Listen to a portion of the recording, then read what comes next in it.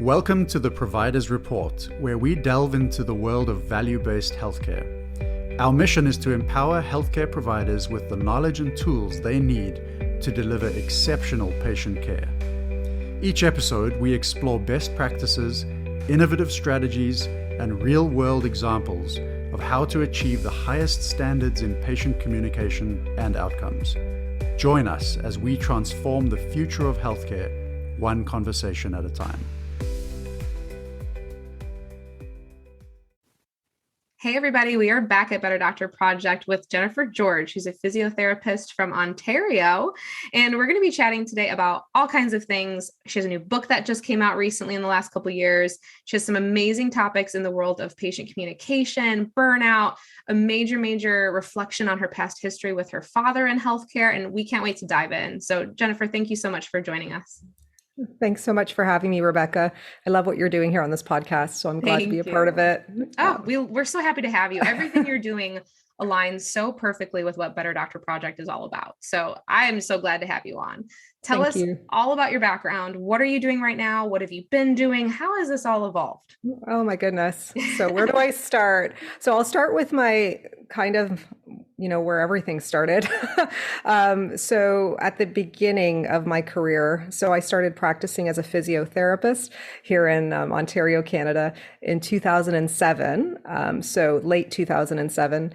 And my father fell ill at the beginning of 2007. So I was just finishing my final year of my master's to begin practicing. And we knew my dad wasn't well. Like in 2006, we discovered that he had liver cirrhosis, end stage, and liver cancer. And he had been hemorrhaging. So there were many moments where he would vomit blood, where he would be passing out.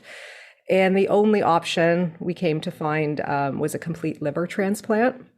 So my dad was in his 60s. He was in his later 60s. And it's not usually recommended to go that route because of the risks involved. But I'll never forget, we were sitting with the social worker at the time in one of the conference rooms.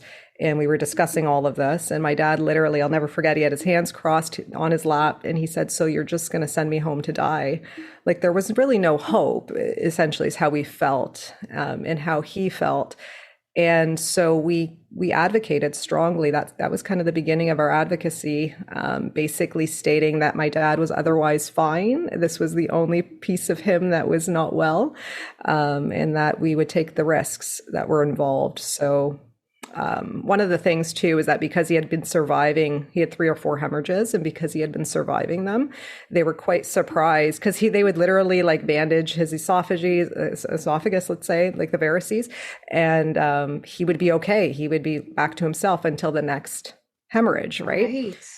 So it was crazy. So we never knew when that hemorrhage was going to happen, and we never knew if he would live through it or not. But so that was one of the reasons why they also decided to consult and do those tests preoperatively to see if he would actually be a good candidate just based on his health rather than his age, right? So, so sure enough, he passed them. And then, we got the pager that he was supposed to keep on him to let him know that a matching liver was found. Wow. So I, at the time, was going to school where the transplant would be taking place in London, Ontario. So I thought, this is perfect, right? So my dad gets a call. There's a matching liver. And he and my sister and my mom literally drive up to London, 2 hours away from where we live. And I'm thinking, this is perfect. My dad will have surgery.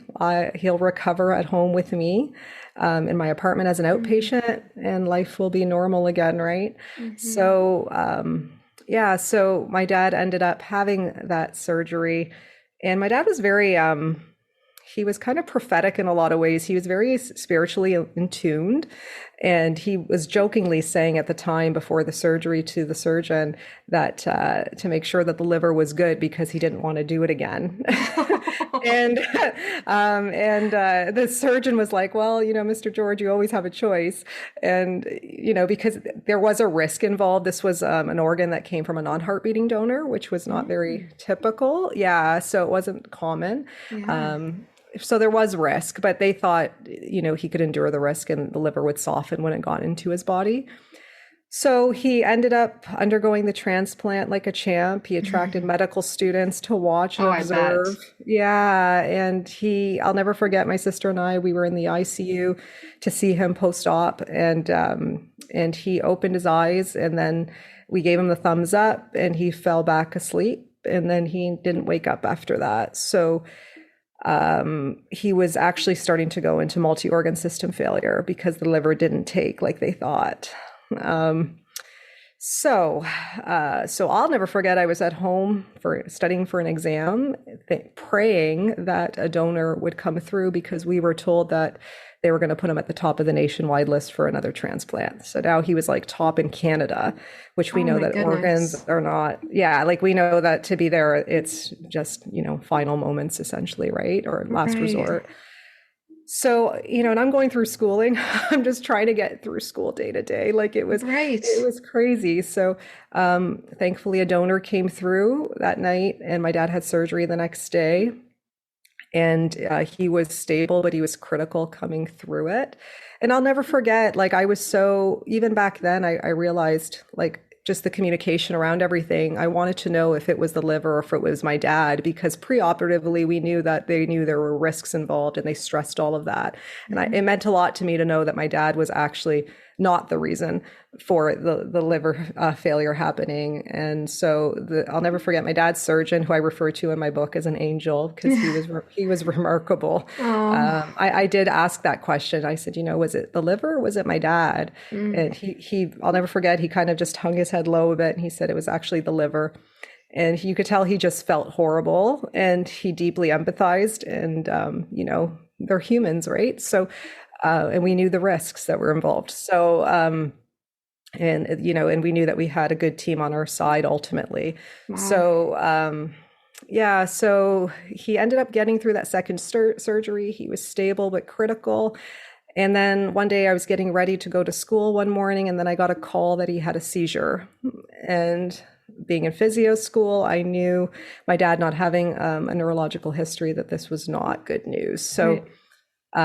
So then the neuro team becomes involved, and we were told at that point to take him off life support. He had no signs of activity on the EEG.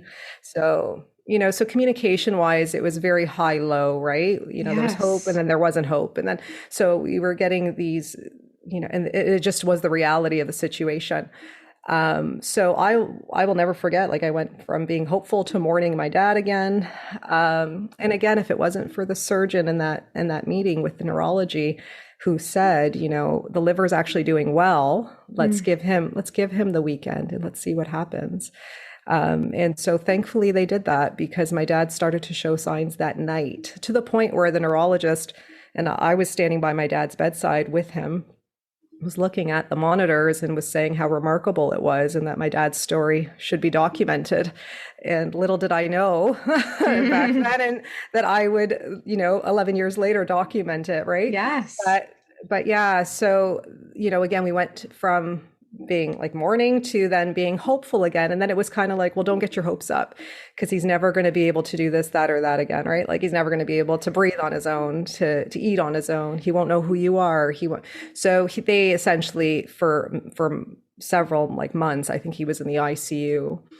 They deemed him at like long-term care level, right? At this point. So this was in February of 2007, and now we're going into about May of 2007. He was still in the ICU and he was just about to start physio. And I thought, okay, this would be a great opportunity for me to learn from a physio in the field. And a very specific type of physio too. Right. Yeah, exactly. So I was just very keen, and I whatever opportunity I could take to spend time with my dad and help him in some way, because we all felt so helpless, I would do it.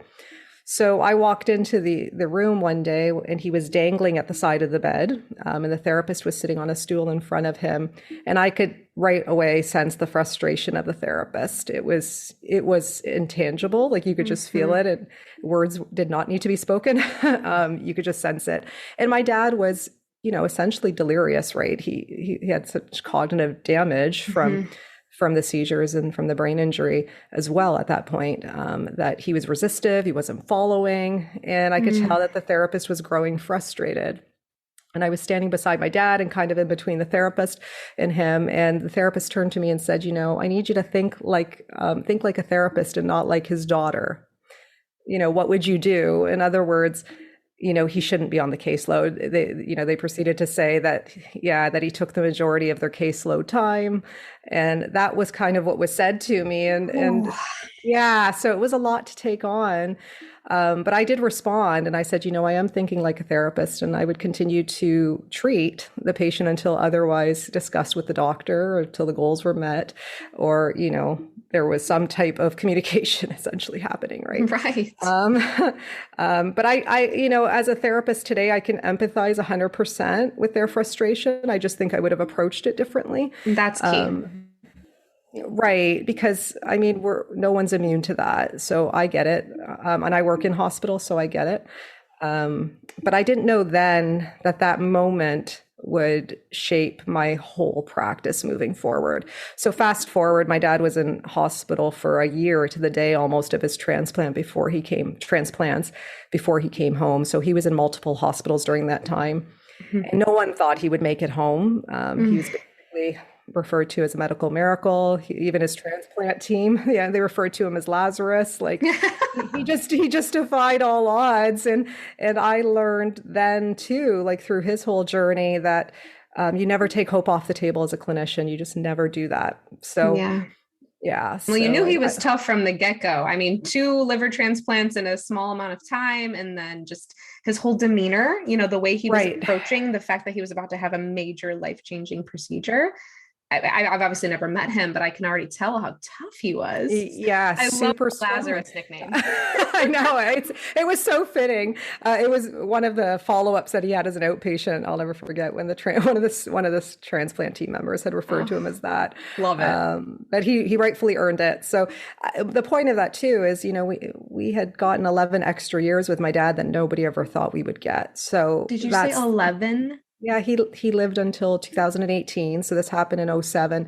So he stayed in our family home, and I moved home after school to help my mom care for him. And that was my journey. So my professional career started as a caregiver, essentially. So everything I ever learned about communication and interaction and connection, I did not learn in school. I learned it from my lived experiences as a caregiver, and just witnessing my dad as a patient through his chronic health journey, because he had a lot of needs. Of course. Well, he sounds amazing, and what you were able to do for him is incredible. I just got chills just thinking about 11 extra years. So what did you feel, obviously, when you were learning all of this from a personal lens? What to you is missing in our healthcare system? Like when you say, obviously, the general blanket term patient communication, we do talk about this a lot as well. When you just look at as a whole at the healthcare system, what's missing?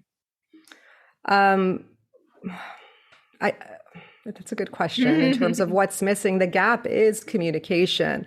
I think we've assumed that technology was going to be the solution to communication in that gap, when really humans are still operating the technology. So it's how we interact with technology compassionately that actually matters. I think that, I just think that we think that just being present, just being there is enough, when being present is what matters.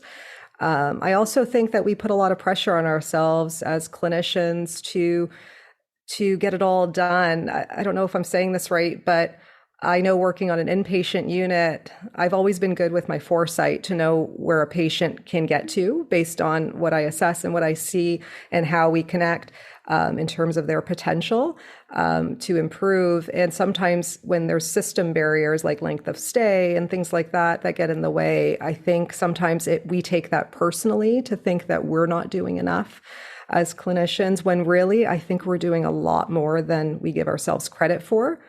So, if we can acknowledge that and be compassionate with ourselves through that, I think we could also help to minimize our own burnout risk too. But that's not easy to pick up on when you're in it. Definitely. And you're right in a sense that we do need to reflect. Yeah. That topic comes up regardless of what episode we're recording, but it seems like most of our guests will say something like, I needed to step back and visualize this from my perspective and learn something about myself in order to flip the switch and be a better communicator. So it's encouraging to know that there are things out there that we can be learning at a younger age in healthcare, whether we're a student, whether we're a young provider. Have you thought about just some solutions for this problem? I know you do some work with education on this topic, and I would love to know more about the solution. Yeah. So when my dad passed in 2018, that's when a few months after he passed, I had this very clear urgency, clear sign to write this book, to write Communication is Care. And I knew exactly what was going to be in it. And it was basically everything that I ever experienced over the last 11 years of my practice and being a caregiver to him and his experiences. So that was when I wrote that book to guide healthcare providers on, improving and enhancing their communication and creating empowering patient experiences.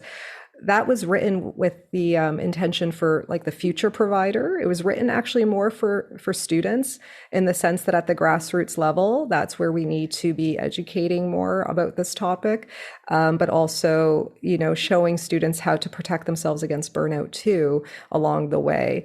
Empathy is a great thing, but if you have too much of it, it could also lead to exhaustion and eventually burnout, right? Which is a component of burnout. So that's a piece of education, is the book itself. I envision that being in educational programs across the globe. And I think that's one of my biggest frustrations with communication, is that it's not standardized across the globe. People are doing it in pockets. Providers are doing it, which I love that providers are taking the reins on that.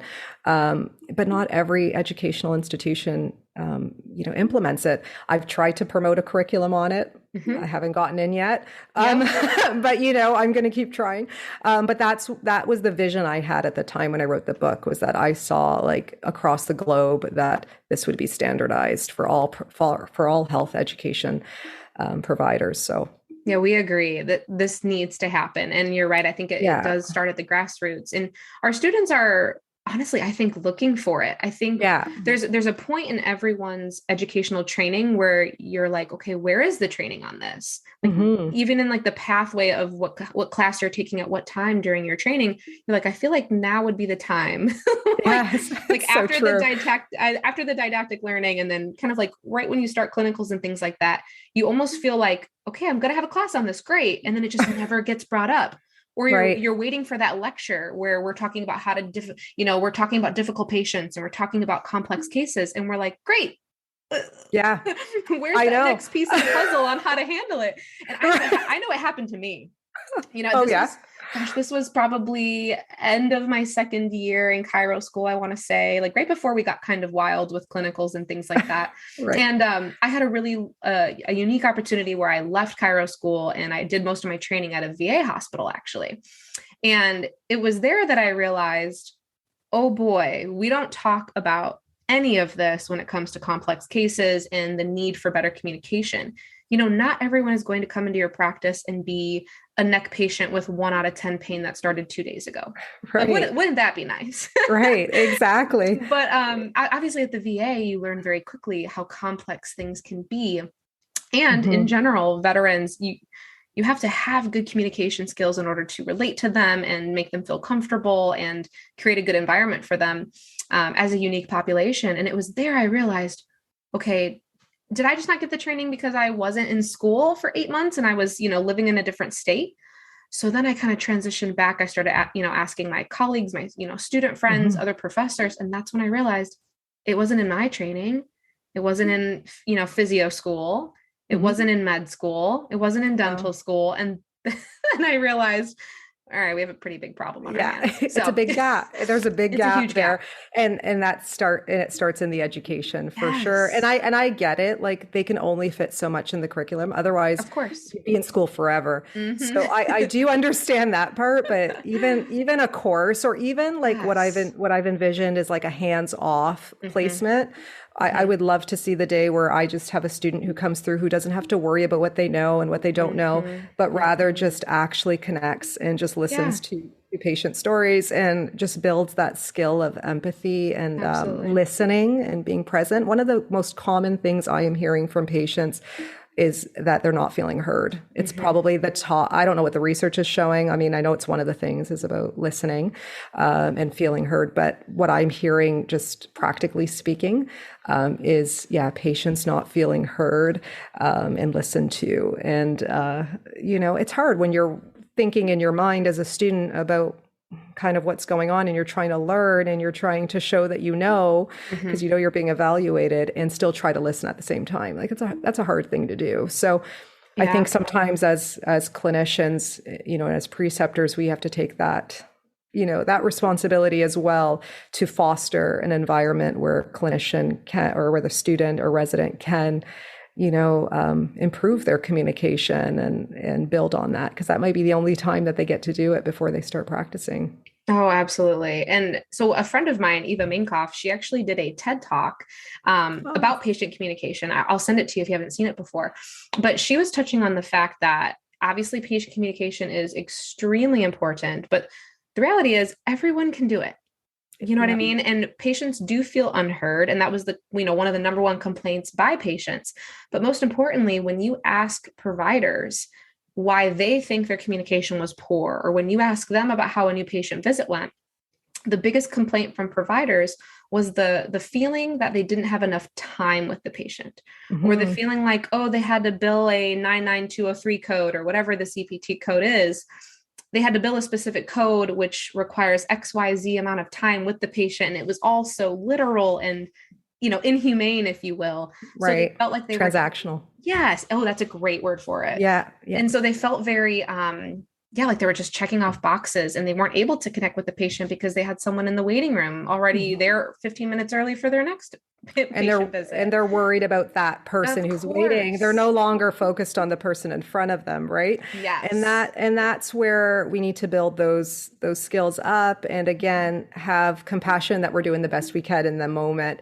And I don't think there's anything wrong with being transparent with a patient and saying, I do have someone in the waiting room, or going to the person, or saying, do you mind if I go out and check in on them and just let them know I'm going to be a few minutes. There's no harm in doing that, but I don't think we just naturally think about it because we're not thinking about the relational building there and the ongoing building of trust and connection. We're just thinking about the task. Done. Yes, the task. It's heartbreaking. And I feel like when you do have a brief understanding, even if it was something like you said, like a very quick hands-off course, where you're just exposed to this knowledge, you can take tidbits of information and use that in your day-to-day practice. And that's exactly why Better Doctor Project was created. Our podcast is not a curriculum course, but just by being exposed to some of the topics we discuss on here, you have nuggets that you can use in practice to just make a crazy day smoother, or make a difficult situation a lot smoother as well. I think it's huge.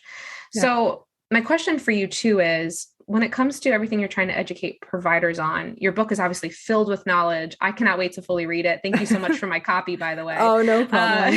No problem. We'll obviously link everything in our show notes for your book so our listeners can check it out without giving away the magic behind it. I would love to know some quick tips that our listeners can go ahead and take away right now from that book to help them get started tomorrow when it comes to taking care of their patients better. So quick tips. I was just wondering, actually, I do have a slide on this, and I don't know, is this, I do have the way I envisioned the book and the way it was created, if you look at the titles, or the strategies rather, there's 9 strategies. It starts with the provider and it ends with the provider. So it starts with aligning of purpose and things like that. And then it goes into integrity, and then it goes into reflection at the very end. So we cannot give, or be of service to someone in the way that we've always imagined we would if we are not ourselves taking care of ourselves, right? So being responsible to yourself for that and attending to that is a part of the book. And the other thing is, I talk about compassion and empathy, and empathy really is more about trying to understand where someone's coming from. It doesn't mean you literally have to go through the same experiences. I've had students kind of say that to me, like, Jen, I can't tell people I understand what they're going through, or patients, because I've never been through it. And I always, when they say that, I do think that's so insightful, and that's actually quite accurate. But the idea of empathy is just trying to understand another person's emotions, what their experiences, their thoughts, their perspectives around what they're going through, and conveying that and being present to that. Compassion comes in when we're offering the solutions to what they're going through. So compassion is more of where the cognitive empathy kicks in, right? So we're trying to understand their perspectives, but then we're also we're not staying stuck in the emotion, the negative experience or the emotion, and we're getting into being more proactive and getting into the action to be of service to our patient, right? That's what we're there for. Exactly. So, and then it talks about listening and being present that way. And again, kind of what you described, not worrying about, like, trying to be present in the sense that we just have to quiet our mind and everything else that we're thinking about that we have to do, and try to focus on the person that we're with at the time, because I do think that patients can tell right away if they don't have your attention. So that's talked about as well. Empowerment's a big piece as well. Empowering patients to be an advocate of their care. And sometimes they need to see that you're an advocate of their care before they start to become one themselves. So setting that example, and, things like asking patients for permission to participate in their care, recognizing that there's a mutual relationship there, essentially. Some patients don't want to be empowered, and we have to respect them where they're at, right? So it's all about meeting people where they're at, and that's okay. And I think for some patients to even come forward and say that is empowering in itself, though, to be honest with you. And we see that so much in musculoskeletal care. Whew. Yeah. See, I haven't been in it. I've been out of that for many years. Oh, so okay.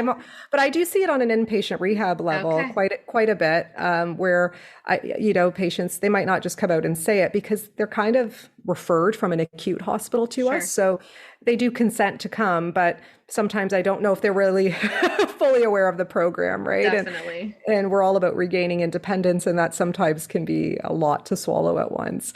So empowerment, conflict is a big thing, preventing unnecessary conflict. So things to me that are small but can be a bigger web of concern. So like scheduling, big thing, probably in private practice, even more so, when patients have an expectation that you're going to see them at 10 o'clock and you're running late without explanation or, a heads up, that can be an unnecessary complaint, and that kind of gets things off on the wrong foot, right? So those little things that you can do to ahead of time to kind of minimize any conflict down the road that you can foresee happening. And then finally, pretty much reflection. Reflection is everything to me. And you mentioned that at the beginning, which was so fitting, but that kind of brings everything together. So I do think that a provider who isn't understanding of themselves as well cannot really fully empathize, who cannot really fully listen, cannot really fully empower patients to be their own advocates if we ourselves are not feeling kind of settled within. So it's a lot. And I'm not saying it's all on the provider's shoulders, because it definitely isn't, but it might seem that way when you read it. Because we do know that burnout, for example, is one of the biggest causes of miscommunication, let's say medical errors, patient safety errors, and things like that. So, and we know that happens at all levels. Burnout is not on the provider's shoulders alone. Absolutely. It's definitely multifactorial. Yeah. So that's a whole other discussion, essentially. But the book is more about what we can do, in the presence of ourselves and our patients to improve the connection and outcomes, essentially. I love it. Well, like I said, I can't wait to read it. I hope our listeners will grab a copy as well. We'll give them all the details toward that. Thank you. Close, of course, close, I really wanted to pull a quote that you actually put on your Instagram page that just, I love it so much. And it just explains everything to me in the world of why we do what we do. You posted, it's actually from Dr. Joe Sherman. It's from the Healthcare Provider Happy Hour, which I love the name of. That's your podcast, Thank you. Correct? That's my podcast. Yes, that's what a great name. Make sure you guys check it out. And the quote goes like this: "We as physicians were programmed since our medical training to do what we're told don't complain, and put the patient first. Yes. Whew. Yeah, I got goosebumps again. Yes. And just like when he said it the first time. Yes. And obviously, training is one thing. There's a reason why we learn systems and obviously what to do in certain situations, but fluidity is crucial if you want to be a great provider. If you're not, just wanting to be comfortable being a good provider, but you want to be, take that next step and be great, we have to be able to be fluid. We have to be able to learn new things. Why not start here with patient communication? And our listeners are going to be able to do just that with you. Thank you so much, Rebecca. Yes. Yeah, and it really is about unlearning too. So, Yeah, amen to that. Unlearning, not to complain. Yeah. Yeah. So, I mean, we have to break that cycle. And the only way to do that is by bringing it up. And it's been hard for me to share my story, quite honestly. It's, there was a lot of difficult moments during my dad's journey, and being on this side of the system, sometimes you worry about any lashback from other clinicians, right? So, but I do know that the purpose for all of it is to, like you said, create great clinicians who are in complete fulfillment with where they're at. That's really the goal, and to create empowering experiences for patients. That's what it all comes down to. Exactly. I could not have said it better myself. Thank you so much for having me. Yes, it's been a pleasure. Thanks for being on. And we're going to go ahead and give our listeners all this information and some great takeaways that they can start right away in practice. So thanks again for being here. Thank you. Thank you.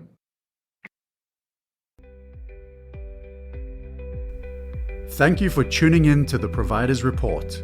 We hope you found today's episode valuable and inspiring. To stay updated with our latest episodes, subscribe to our podcast wherever you like to listen. For more resources and continuing education opportunities, visit our website. Together, we can make a difference in the lives of our patients and truly set a standard for value-based healthcare.